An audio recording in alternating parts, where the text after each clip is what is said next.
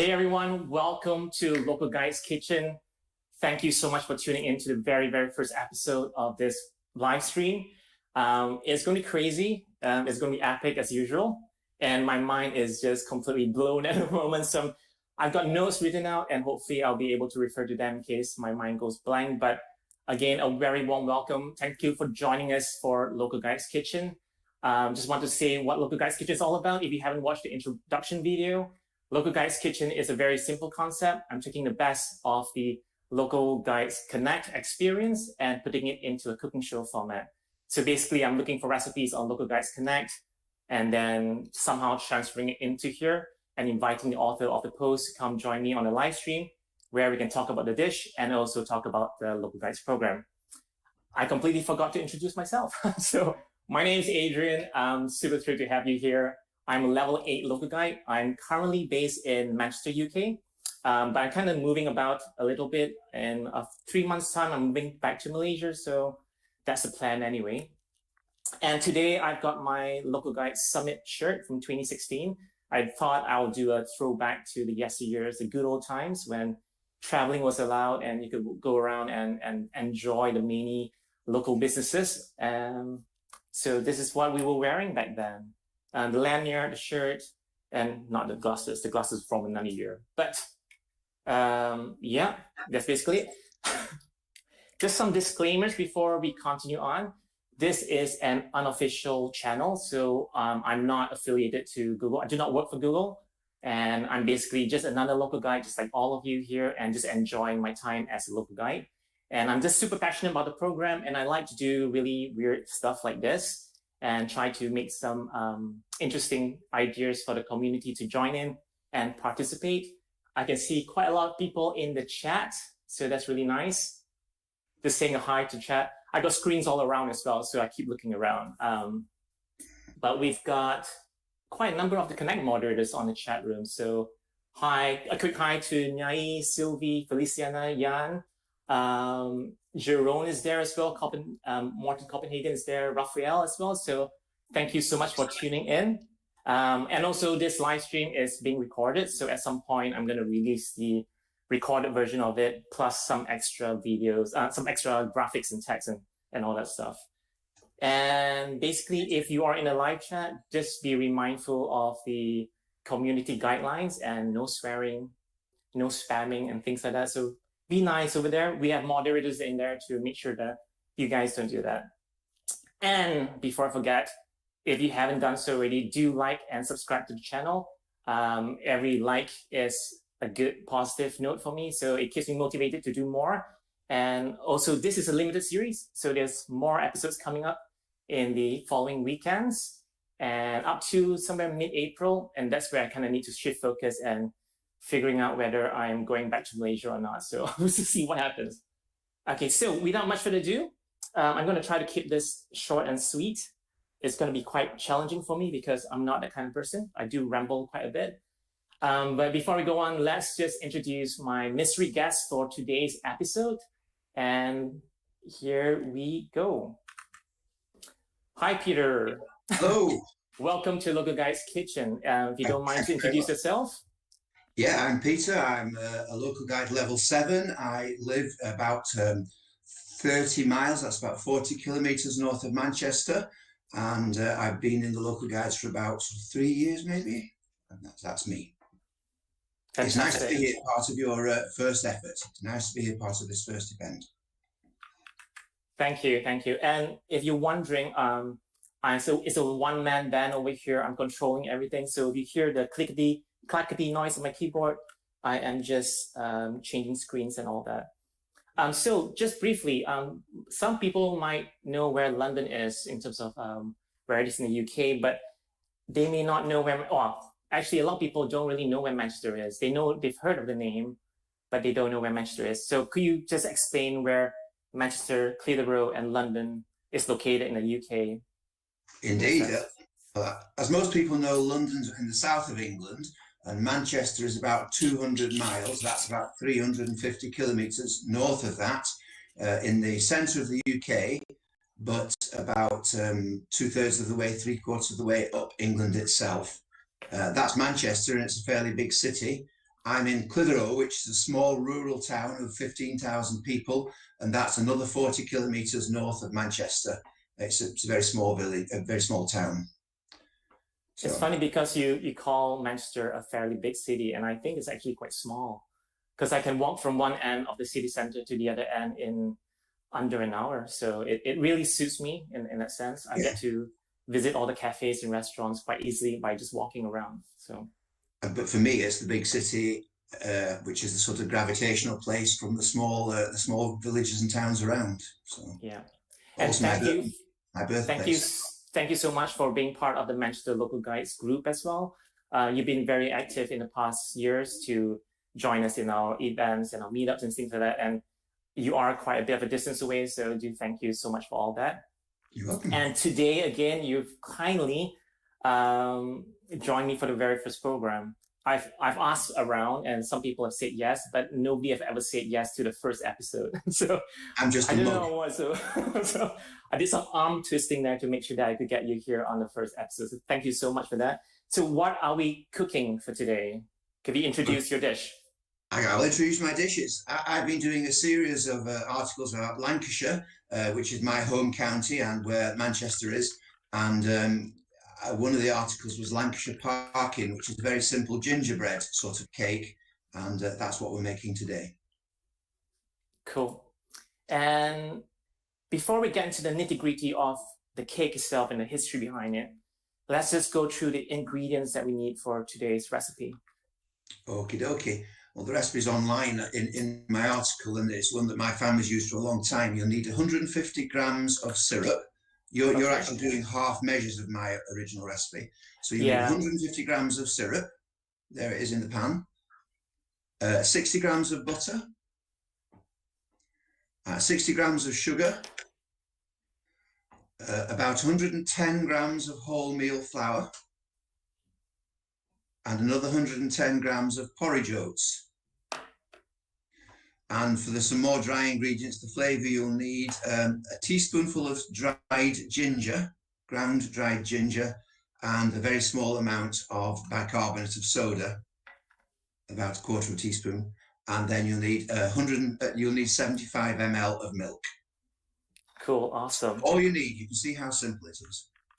It is. It sounds fairly healthy with the oats and the wholemeal flour, but then you look at the sugar and the syrup and you go, holy moly, that's a lot. So carbohydrates on the stick. Yes, and it's my very first time kind of using wholemeal flour as well, so I wasn't familiar with it. It looked very lumpy because it's like bits of wholemeal. It's the husk and the outside of the grain. It's just the grain is broken up. It's not refined. Right, okay. And also just a quick mention as well, I don't normally cook.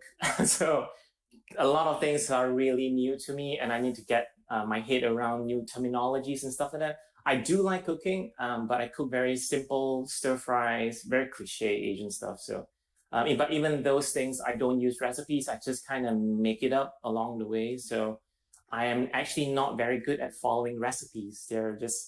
It's a nightmare. It just feels very, like if I do something wrong, it's like that's my meal gone. So I'm always very cautious about that. And I also don't really use the oven much.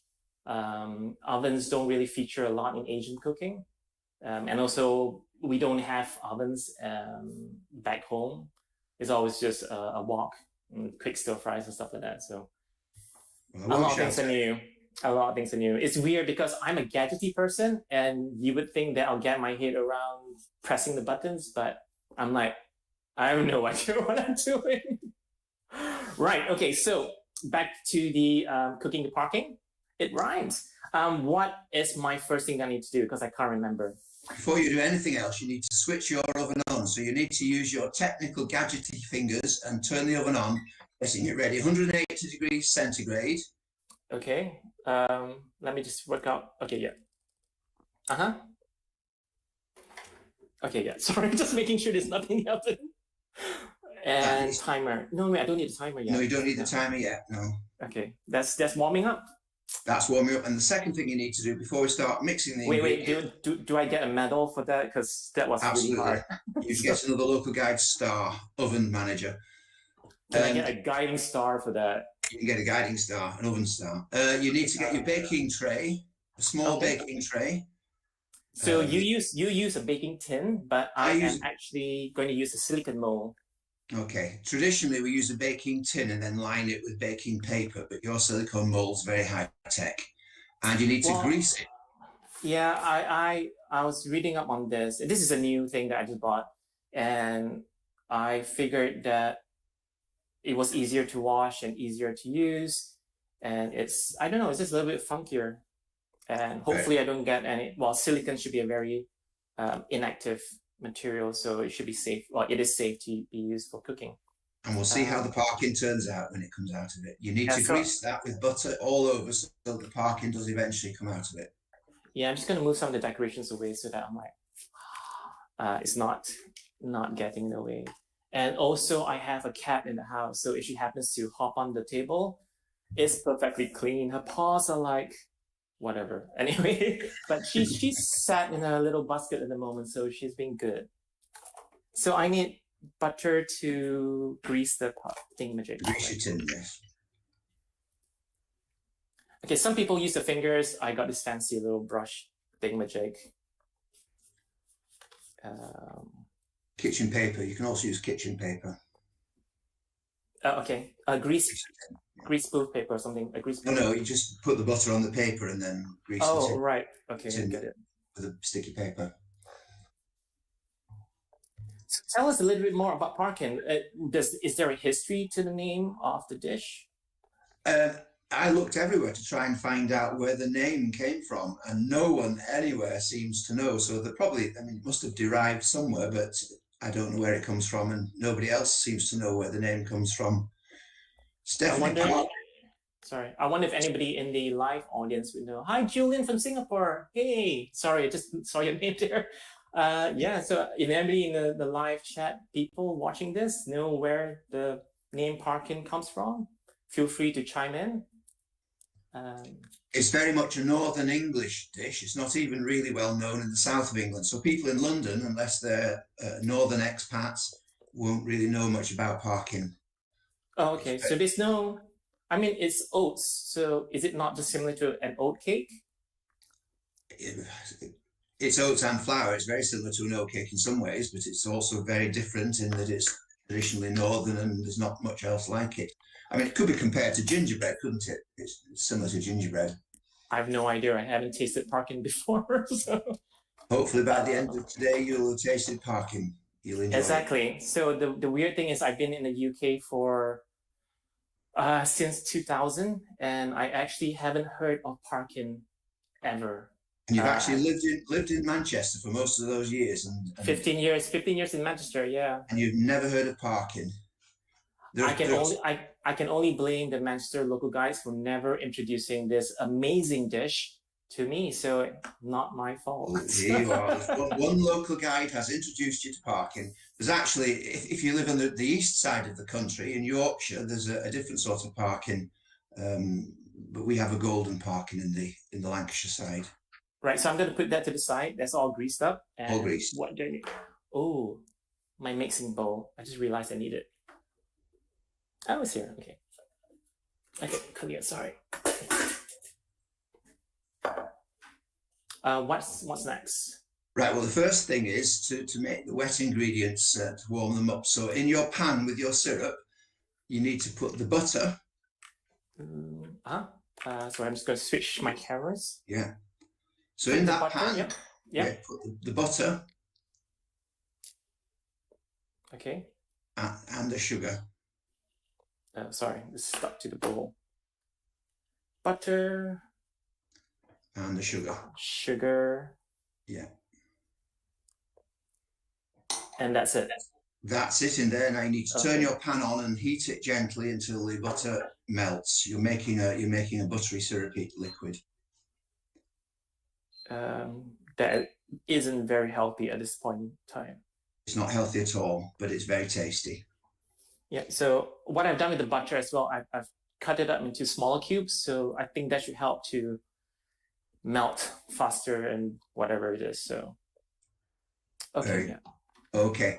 So in Lancashire, we tend to use golden syrup, and I'll tell you a little bit why we use that later. But in Yorkshire, they tend to use dark treacle syrup. So there's a slight difference in Parkin there, and you get a very dark Parkin in Yorkshire. Right. Okay. Right. In the bowl, you need Yep. to mix the dry ingredients. So in that bowl, you put all your oats Okay. and your flour and the small amount of ginger. Now, the recipe actually says 1 teaspoonful, but I actually use a little bit extra ginger because I like a very gingery taste. So the ginger... So I followed your recommendation. I've added extra ginger in there. Yeah, to make it slightly hotter, and the bicarb of soda as well. Okay. And the milk. Oh, right. Put the milk in there. The whole lot. All the milk in there, yeah. And then you just mix those up, and the oats will absorb the milk until it's an even consistency. Just use your best mixing technique there. This is the bit that I really don't like when it comes to cooking, because the boring, it's not mundane. boring. It's laborious. It's really really working the muscles. My muscles are normally doing this on the keyboard or playing video games. This is just a motion that is completely foreign to me. Just a quick hi to the folks in the live chat as well. How many people have we got in the live chat? I think we've got 16 viewers. Yay, 16. You got 16 viewers. The world's best 16. Exactly. Hi, Jan. And hi, Adam. Adam from Australia is here as well. Sagir is here. It is awesome. Jane is here. Hi, Jane. Hi, Jan. I can't remember who else you said. Sagir and Adam. Hi, Sagir and Adam. I can't see the live chat. I've just... word for it. So we know Jane and Jan from Euro Meetup in 2019. 2019 it was. Yeah. So this was before pandemic happened, and Jan organized a European-wide meetup in Belgium, where he's from, and it was an amazing trip. It was a wonderful weekend. Yeah, we had myself and Peter was there, and then we had 2 local guides from London, Irina and Faz, who joined us, and we had Jan from Belgium. We had trying to remember all the names now. We had Tom. Jane was there, and Irina, and I've forgotten as well. It's hard to remember 2 years ago, especially when you're my age. It is, but we had a really great time, and Jan showed us around all the amazing places. So it's really, really good. And I think I fell in love with Belgium cherry beer. Anyway, is that enough? Pretty much, that'll do. And what's the pan doing? I don't know. It's not doing much. Sorry. Have you turned the heat on? I have. I don't think it's high enough. I'm just worried that it might burn the sugar. So it won't burn. If you keep stirring it, it won't burn, and you only need to keep it going until the butter's melted. Yeah, but I can't do 2 things at the same time. Stop with the oats now and just do the sugar and the butter. I'm just going to squash the oats just a little bit more, but I think it is as good as it can be. So it kind of looks lumpy. I don't know which camera I'm pointing it to. Yeah. Producer, where are you? But yeah, okay. So that's done. And I can just focus on the, whatever you call it, the pan. So yeah, it's taking a while to melt. I've increased the heat on it, and I'm just going to give it a good stir. So is there any more interesting factoids about your dish? I can tell you why the dish is as simple as it is. It's because Lancashire and Manchester have an industrial heritage, and was in days gone by was one of the more impoverished areas of the UK. And sorry, I don't know. It was one of the more impoverished areas of the UK, and in days gone by, oats and wholemeal flour were the cheapest alternatives. They didn't grow wheat in the north, but they could grow oats, so they were readily available. And wholemeal flour now it's more expensive, it's fancier, but in those days it was a lot cheaper and more readily available. So that's the dry ingredients. And you're making a lot of noise with that stirring. I'm sorry, I was trying to stir gently and quietly. And then the sugar ingredients, Liverpool, which is the other big city in Lancashire. Liverpool was a city at one end of the transatlantic trade, with the cotton coming across from America and the sugar cane coming across. And all the big sugar refineries were in Liverpool. One called Tate, which is now Tate and Lyle, was at Liverpool, and they refined the sugar, and the syrup that you're using was the end product, one of the byproducts of refining sugar. And so it was easily used. There we are, that's Lyle's golden syrup. Yeah, this is the bottle version that I have. You've got the tin version? I've got the tin version here. Yeah, because the tin is more the traditional one, and then I found a squeezy bottle one. An interesting factoid about this tin, according to the Guinness World Book of Records, this tin is the world's oldest unchanged brand packaging. Exactly the same since 1896, but it might have been 1880. The world's oldest unchanged brand packaging. You mean that specific tin that you have? This tin's been in my cupboard since the 1800s, yes. Wow. When you were very young, I presume. When I was a young boy, yes. My grandmother used to use exactly the same sort of tin to make this Parkin for us. Right, okay. She was born in the 1800s. So I am old enough to have a grandma born in the 1800s. Wow. So yeah, it was made with readily available local ingredients. Okay. And I think it's there. I don't know whether you can see this. Wait, let me just switch to. Is it pourable? That's the question. I don't know. Sorry. It's like... Yes, that's fine. Okay, it looks fine to me. So yeah, it doesn't need to be hot. It just needs to be melted. It just looks like caramel to me. Let me just turn it off. Sorry. I think basically it's the same basis as caramel, I think. Okay. So now the next job is to pour that pan full into the oats. Okay, sure. Yeah. And you were telling me that this is mainly eaten in wintertime, or is it just all times?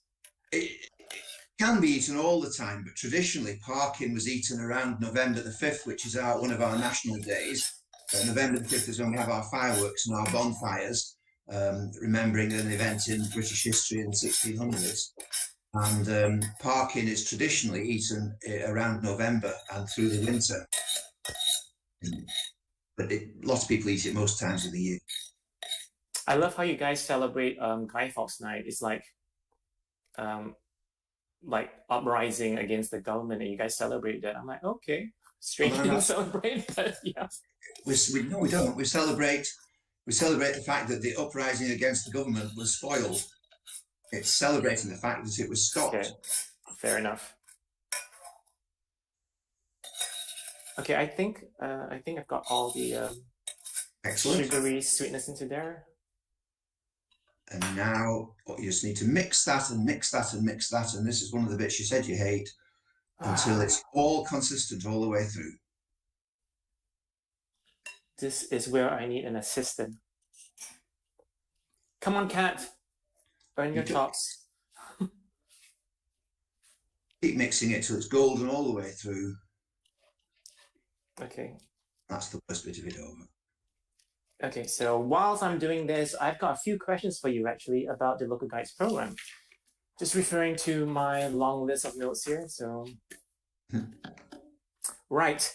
So, in your own words, how would you describe the Local Guides program? Because I get asked about that all the time. Like, what is this crazy thing that you're involved in and so actively in, and just consuming your life completely? It's like, and I have to explain it all. And I'm just curious to know how you would explain the Local Guides program to someone who's never heard of it before.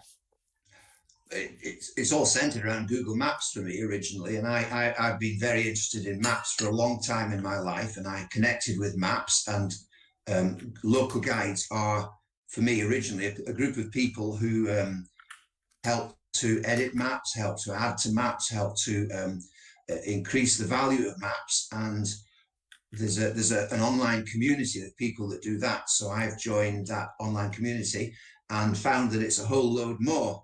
It's people who have shared interests. It's people who have interests wider than their own locality. People that meet together virtually many times across the year, and also meet together in real life, and that's been a great value for me as well. And there's a channel where you can connect with people by talking with people. You read articles, you can contribute articles, you can chat with people. It's a brilliant venture, really. Cool. And Have it's centered around the Google Maps app because everything is kind of focused on getting information onto Google Maps and making sure it's accurate. And we contribute by writing reviews, we upload photos, we check the business listings whether information is correct and stuff like that. And then obviously there's the community aspect of that, which is the Local Guides Connect, the online forum. So that one's the official online forum that's run by Google. And slight disclaimer as well, I am a Connect moderator there, so I help to moderate the stuff there. Although I don't really do a lot of moderating, I do more content creation, which is kind of the stuff that I like. But yes, and you are a level 7. I am a level 7. Yes, I had a look at your Google Maps profile, and you had about 770 photos uploaded and 130 reviews written.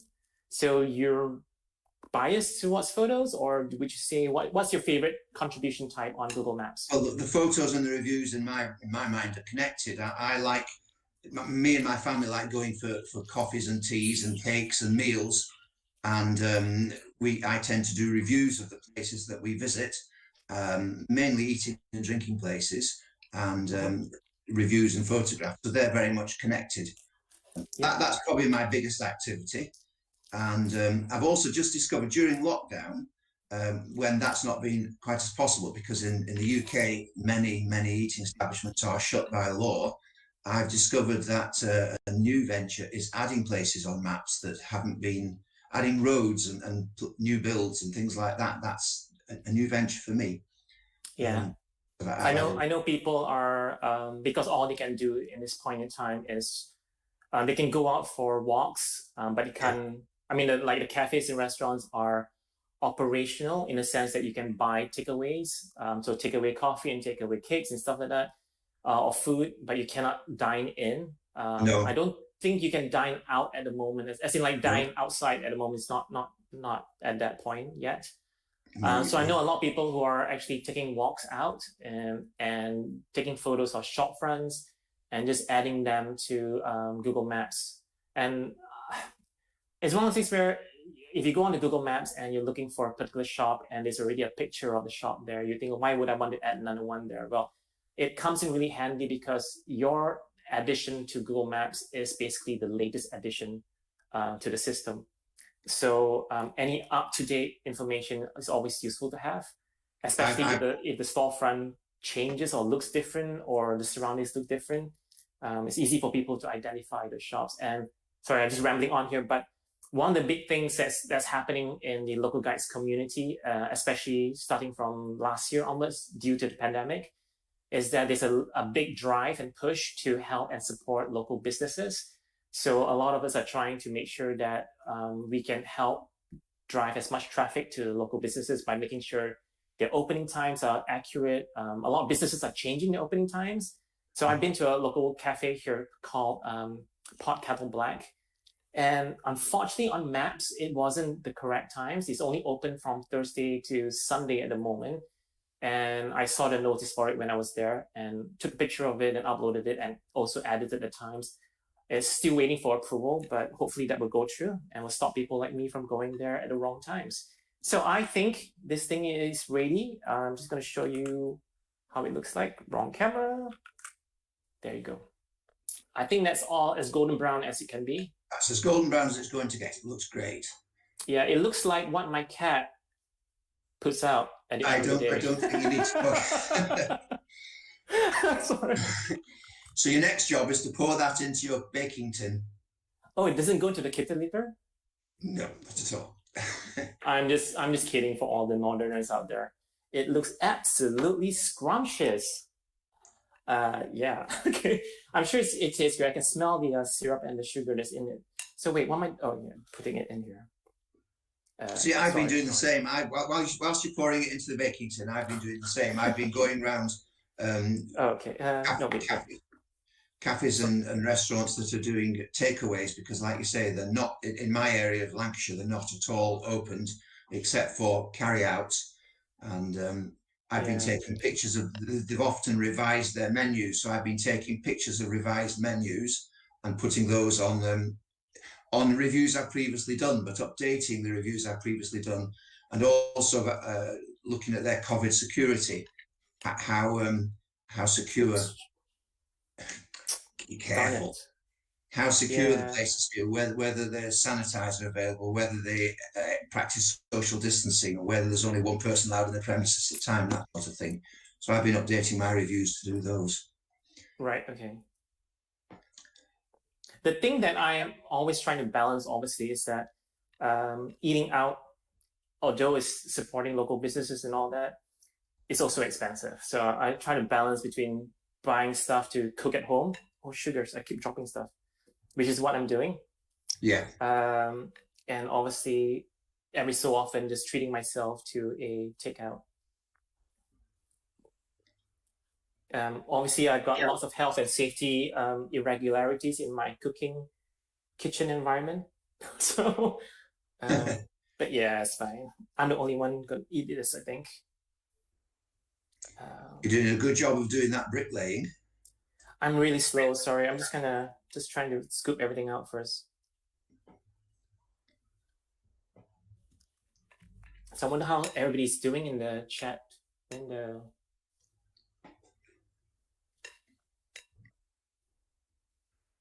Oh wait, there's a question here from Lucas Green, a level 5 local guide from Stoke-on-Trent. All right. He says, "How have you?" Oh, I think that's referring to me. He said, "How have you never seen Parkin when you spend 75% of your time in pastry shops?" Good question. Because when I go to pastry shops, let me show you what I have here. I got two actually. When I go to pastry shops, I'm always buying stuff like panel raisin, panel chocolate, croissants and stuff like that. This one is let me just switch cameras again to, I think it's 4. Yeah. So this is a cheesecake that I got yesterday. It's a lovely vanilla cheesecake, and I think this one is a chocolate cheesecake. I don't know why we're talking about food all of a sudden. So that's a chocolate blackberry, I presume. Yeah. Cheesecake. So I'm saving that up for later. But yeah, sorry, let's just do it that way. But that's from a Polish restaurant called Platzki. It's on Deansgate. They recently moved out from the upper story to lower level, so they're on the main road at the moment. I think they just moved there, like they opened like 2 weeks ago, something like that. Not a good time to move when you're in the middle of a lockdown. Yes, well, their previous place wasn't in a very obvious location, so their footfall was pretty poor, I would think, unless you know the place. And they actually have really, really good reviews for their food. So I'm happy that they're now on the main street and much more obvious. Anyway, I was there. I had a look at the cakes, and they were lovely. I was actually looking for the apple crumble, which they made, and that was amazing. Well, somebody from Stoke-on-Trent obviously knows that parking is an essential in the north. That's nice to hear. Well, at least it's like there's 2 people now that I know that know of Parkin. Let's see if there's any more questions in here.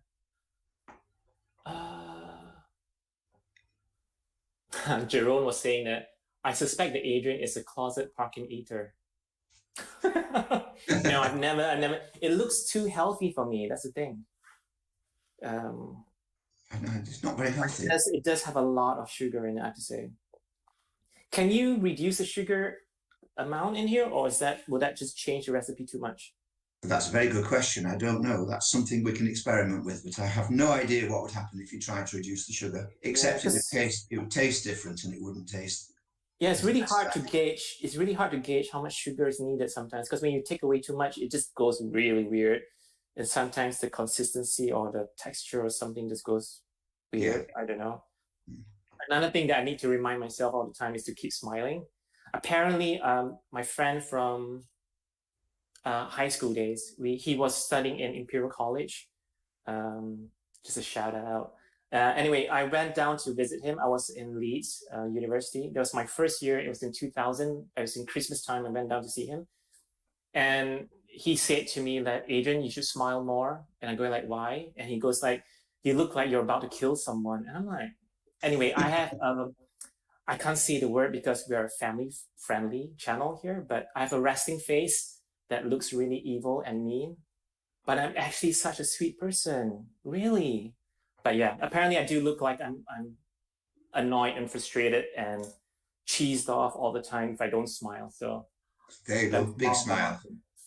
Oh, I see Christoph. Christoph from Belgium. He was Hi, Christoph is there. Yeah. Hi, Christoph. And just having a look. Okay, I don't think there's any questions at the moment. Okay. Isha is in London, I think, if I'm not mistaken. She says the pastries look so amazing. That's fantastic. Unfortunately, we're not making that today. We're making Parkin. It would be interesting to know if people from other areas of the UK or other parts of the world have similar recipes to this. That would be a good thing to find out. Yeah, as you say, it's like a gingerbread thing. So that's ready. It's all leveled out. So you just put that in the oven now. Yep. And this is where you get to use your technology. You put your technology on for. What was the times again? Well, the recipe actually says 50 minutes, but I always find that that's too long. So I put about 40 minutes and I check it at 30.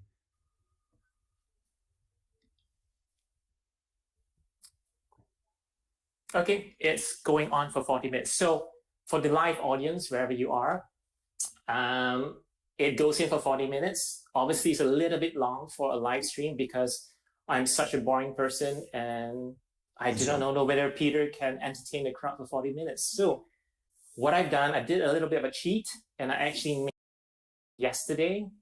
Oh, we lost Peter's. Oh, okay, you're back. No, I'm here. We made this yesterday on a dry run so that I can have a batch ready to show you. I just need to remember where I put it. Sorry. Yeah, there it is. As they say in that, I don't know what show it is, some British show. Here's one I made earlier. Blue Peter. Blue Peter. Blue Peter is a program for children that went on for, still going on. It's been going for as long as I've been alive, so 60 years. Coolio. Here's one I made it. And now we're going to see if your silicone tin works. So it looks amazing. There's a little bit of a stab mark. I was stabbing it to make sure that it was cooked, I think. Yeah. It has risen slightly, but it goes into this nice golden brown, a very healthy cat poo look. So descriptive. I am selling this Parkin. I am selling it like hotcakes, except that this one's no longer hot. I used to eat Parkin with my family. My grandmother used to make delicious Parkin, and we used to have it for supper. We used to have Parkin sliced into small squares with butter and eat it like a loaf. My grandmother used to give me a glass of milk at night with it. Supper with my grandmother. It doesn't feel like a loaf though. It's very hard and solid. So Parkin's great. One of the things that's wonderful about it is it comes out quite firm like a loaf, but over the next 2 days, I think it's called hygroscopic. It will attract water, it will soften off and moisten, and it becomes quite sticky and lovely. Okay, so it looks like it's stuck to the silicone mold a little bit. Sorry. This is where we see where the silicone molds are better than baking. Oh. Probably not at this stage because I can feel that it's stuck in. I think I should have. Oh, that's what it is. I need to let it cool slightly, and then I need to take it out from the mold immediately. Otherwise, it will not let it go cold. But yes. Yeah. Otherwise, it will just get stuck to the thingy majig. Can you flex? I can lift it up, but it's just that I think bits of it is kind of stuck to the bottom. Anyway. Oh, that's great. Oh, this is not easy. This is how not. Oh yeah, this is not how to do it. I didn't want to turn it upside down because this is not how to make it.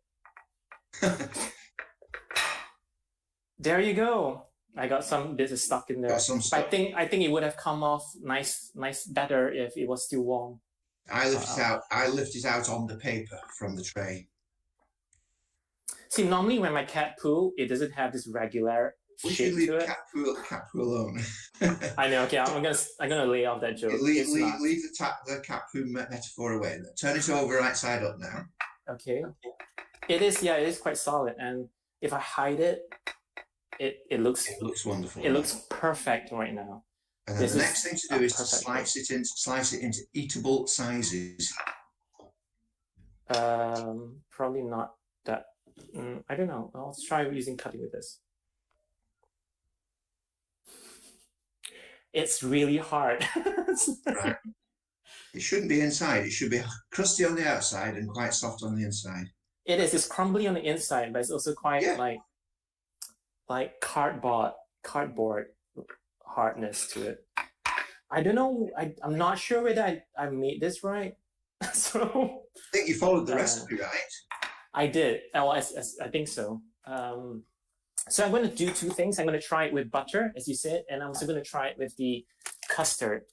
Yeah, lots of British people eat Parkin or ginger sponge cake with custard as a dessert. Custard is like a yellow vanilla and egg sauce, warmed. And I actually don't like to warm up my custard to add to because you're just whatever bizarre. it is. I like cold desserts, so I always have my custard cold. And if I can have my cake cold, why not? Well, no, I warm cakes are nice to have. So I'm gonna have my first one to. I'm just wondering whether I need a dipping bowl for this. Is that clean enough? I think that'll be fine. Okay, so I got some for.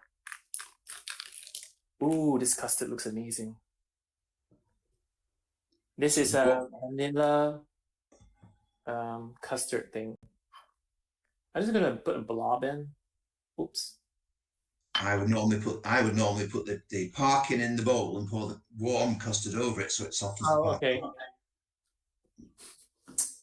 I was just gonna dip it in, you see. You're definitely not a health and safety conscious cook. Look, I got my chef's hat on. Chef badge. Why are you wearing that particular chef's hat? Well, I decided that for this Local Guides Kitchen series, I was just gonna dress myself up slightly different. So I got my morning hair, and I've got this sweatband on, and maybe it makes me look a little more exercise healthy person. I don't think so, but is this something different? And I just wanted to differentiate it from my normal videos that I do on the golocopodcast channel stuff. So is this something different? Yeah. Make a suggestion. Try a bit that's not the end crust for the first time. Don't eat the very end of it. Eat the next bit in. Slice yourself. Because it's too hard, it might break my teeth. You were suggesting that it felt like cardboard. So if you'd like to eat a slice that hasn't got cardboard all around it first, and then use the end piece with the custard. That's it.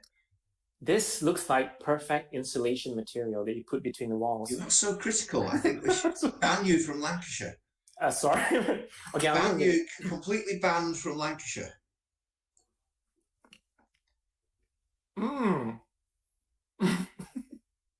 Said he, not enjoying it, but trying to put on an enjoying face. It tastes nice. Good. It tastes like eating oats. There's a lot of oats in here. There are a lot of oats in it. It's not haute cuisine. It's not wonderful. Yeah, but you described it like a gingerbread sponge thing, and I thought it'd be softer. I thought it'd be more cake to it. Mm-hmm. But there's a lot of oats in here, and it's chewy. Oats are chewy, and it's like no wonder you're losing calories eating this. You're just exercising so much while eating this. So I tried the one, just the plain one. It tastes really good. I definitely agree to having the extra ginger added to it. It makes it really nice, especially if you like ginger. That's just a nice thing. I'm gonna try it with the butter. So this is a slightly salted butter, so it's got some saltiness to it.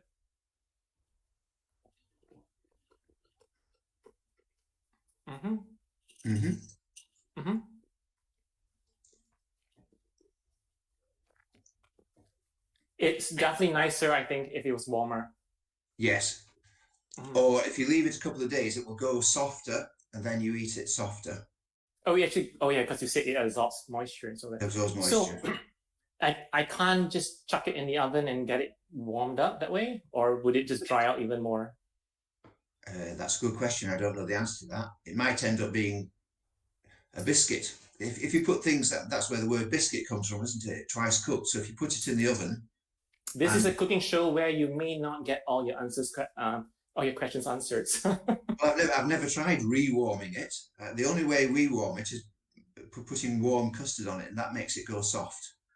Yeah, I don't like warm custard, so I'm gonna try it with the cold custard at the moment. So I'm just gonna dip it in. It's almost like tortilla chips in guacamole.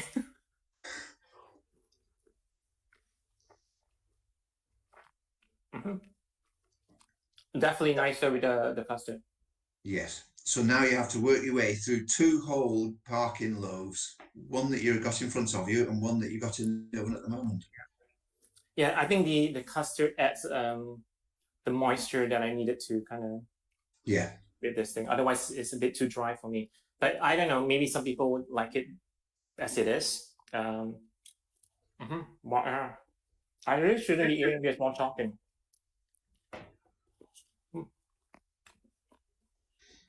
Now I'm stuck here. I can't say anything.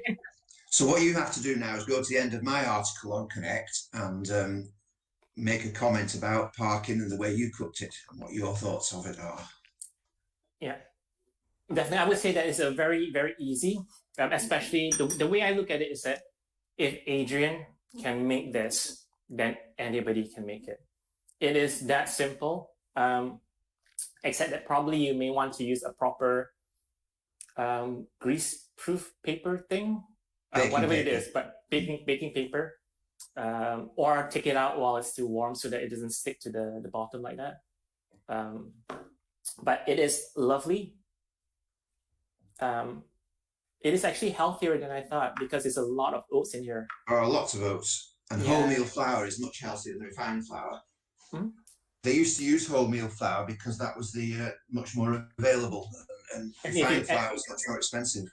And if you ever feel like you need to strengthen your jaw and have that better chiseled jawline, this can really exercise those muscles. You are critical. No, it is nice. Thank you so much for sharing this recipe on Local Guides Connect. And also being on here on Local Guides Kitchen. It is lovely to have you and to see you again. It's nice been, to be here. What, a year?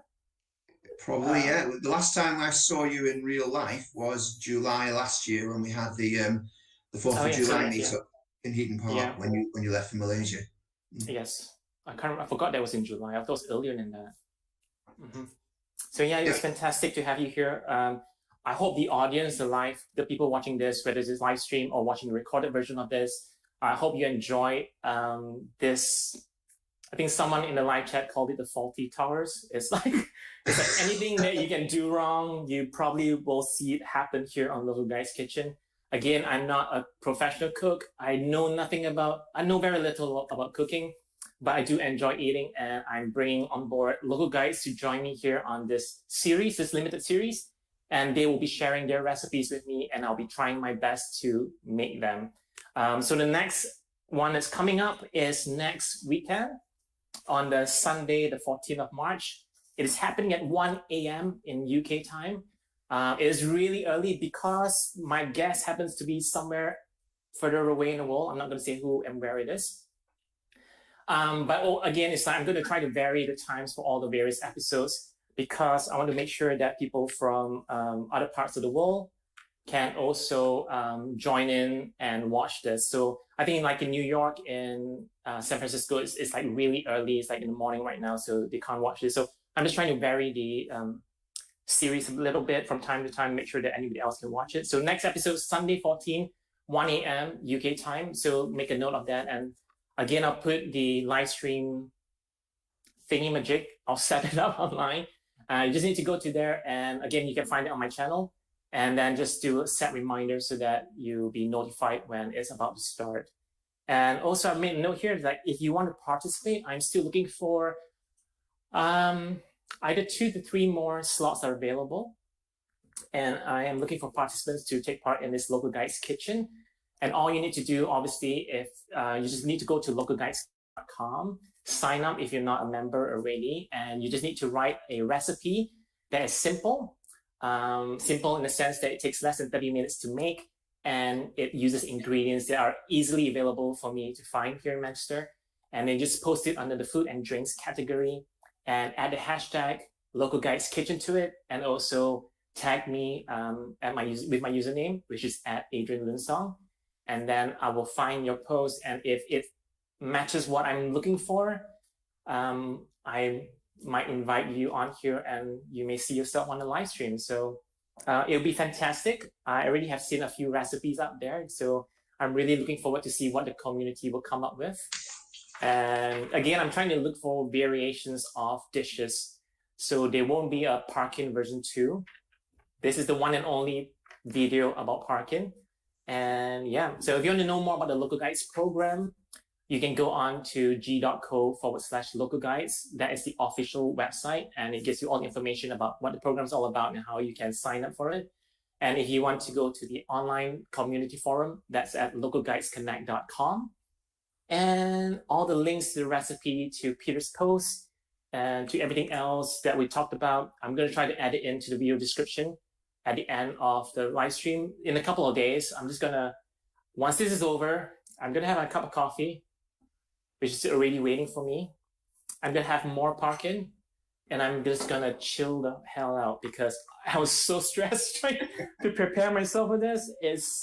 It's going really nicely. I hope the viewers on the live chat enjoying this as well. Thank you so much for tuning in. And yes, I can see a lot of comments there. I can't read everything because the screen is kind of far away and my eyesight are not that great. I probably need to have a recipe that includes carrots next time. But thank you so much for tuning in, everybody. In case I missed any questions, I'm sorry about that. I'll try to look back through the chat and see if I can answer them in retrospect. So I don't know if you've got any words to say. A shout out to anybody. Peter? Yeah, just to everybody, not to anybody in particular, but it's great to be here, and thank you very much for allowing part of your first effort in the Local Guides Kitchen. It's been great to be here. Mm-hmm. Thank you so much, and thanks for tuning in, everybody. Have a safe weekend. There's other virtual meetups that's going on as well. I think it's a state challenge that's happening today. It is. It's India. It's international state challenge. 5 o'clock UK time. Yeah. So state challenge is a series of quiz that's been going on for a year now, if not something like that. Yeah. It originated. It was organized by Denise and Megan, and it originated in the sense of it's about the U.S. states. So that's why it's called the state challenge. And every weekend they would highlight a different state, and people will write posts about that state, whether they're sharing their local experience on it and stuff like that. And then Denise and Megan would create a quiz out of those posts using the information that's provided in them and turn them into questions. And then you can join in to the virtual meetup.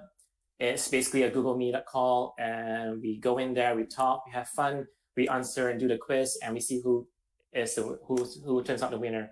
And I think we have one of the more celebrated winners right here. Peter tends to win quite a lot, together with Jay from San Francisco.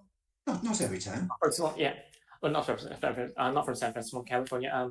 You guys just win a lot. So, but that's a state challenge. This weekend they're doing a world challenge. So local guys from India are hosting the quiz today, and I think the topic is Gujarat. Yes, it is. Yes. So there is a post on Local Guides Connect already on Gujarat with tons of facts and information there. So go and read those posts, and it'll give you information on how to sign up for the quiz and join in there as well. And I think tomorrow they're doing a International Women's Day meetup. I think it's about 12:30 UK time. And International Women's Day is on the 8th of March, but they normally have a series of events throughout the weekend. Normally it starts from Thursday until Monday. And the Local Guides Anyway community, a few of them have got together and they're doing a special International Women's Day meetup where they'll be having speakers in the call to talk about their experiences. So we have Erna from Michigan, I think, and she is going to be talking about accessibility. We have, I can't remember the names of everybody else, but we have someone who is a business owner and going to be talking about businesses as well. So everybody that is in the panel are women, and we're going to celebrate the success of women in the industry and life and everything. So it's a really great meetup. So do join that and support the International Women's Day. And also you can go to, I think it's iwd.com, where you can find out more about what's happening around you. And again, it's a great cause to support, and do join that.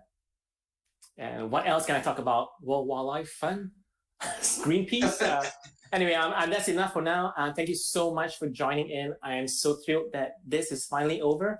I can enjoy my Parkin.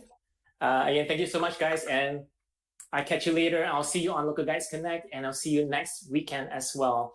So thank you so much. And I'm just going to figure out how to turn this thing off. Don't forget to take your Parkin out of the cooker. Oh, yes. It's 20 minutes more to go, so that's fine. Yeah, so I just need to figure out how to end the stream. We'll pretend there's like a closing segment here, and it's music, and I'm dancing. Yes, I'm dancing to no music, and smiling, and not having that I'm gonna kill someone face. Okay, so cool. Thank you so much again. I'm gonna take out all my Local Guides gear, and I'll see you when I see you. Bye-bye. Bye. Thank you. Bye, everybody at the live chat.